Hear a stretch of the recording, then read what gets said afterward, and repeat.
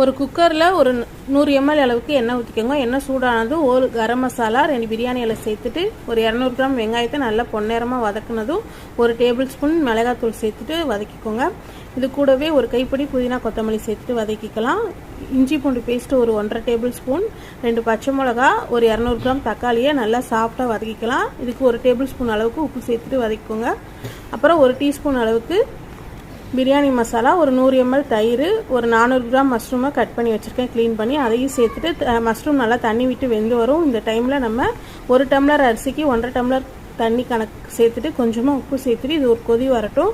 கொதி வந்ததும் 1/2 கிலோ அரிசியை ஊற வச்சு தண்ணி வடிகட்டி எடுத்து வச்சுருக்கேன், அதையும் சேர்த்துட்டு அரிசிக்கும் தண்ணிக்கும் லெவலாக வரணும். வந்ததும் நம்ம குக்கர் மூடி போட்டு ஒரு விசில் இல்லாட்டினா ஒரு 10 நிமிஷம் சிம்மில் வச்சு தம்மில் விட்டு எடுங்க. நம்ம காளான் பிரியாணி சூப்பராக ரெடி ஆகிடும்.